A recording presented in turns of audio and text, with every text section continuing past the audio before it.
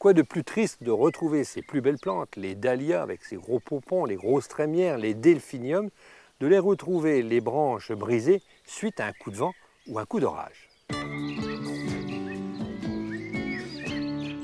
La difficulté pour une plante pour tenir debout, si vous observez le pied par exemple, cette rose trémière, vous apercevez que c'est comme une pyramide, mais la pointe en bas. Nous, ce que nous allons faire, nous allons la tutorer à l'inverse, c'est-à-dire que nous allons mettre la pointe en haut en lui donnant de l'assise. Pour ça, on a besoin de tuteurs. Alors ici, il s'agit de tuteurs en noisetier, ce sont des branches de noisetier, vous pouvez utiliser des branches de bambou. Alors les deux premiers tuteurs, nous allons les accrocher ensemble, pas tout à fait en haut, de façon à ce qu'ils puissent tenir les autres par la suite.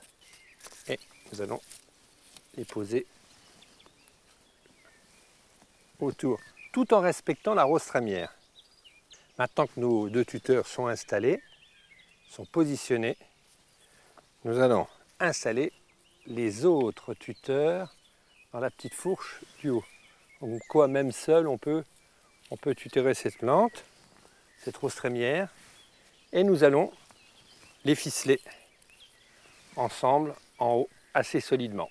Alors on aurait pu planter les tuteurs, ici le sol est dur, mais en principe avec ce système de pyramide, elle ne devrait pas pousser même s'il y a un coup de vent, un orage, elle restera bien en place.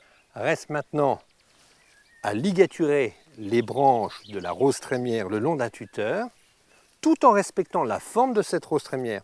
Alors ce système de tutorage est aussi valable pour d'autres plantes, comme les dahlias ou les delphiniums. On peut utiliser 3 voire 5 tuteurs, toujours en pyramide. Maintenant, nous allons tutorer des tournesols qui risquent eux aussi de tomber sous le poids des fleurs.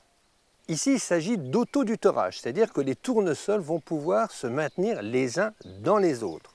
Alors pour ça, il vous faut des baguettes de noisetier, ça pourrait être du saule, ça pourrait être des tuteurs, de toute façon, il faut qu'ils soient flexibles. On va passer un tuteur d'un côté, une branche de l'autre, et ainsi de suite. Sans abîmer les tournesols, bien entendu. Donc, un coup d'un côté, un coup de l'autre, pour donner de la résistance au tournesol.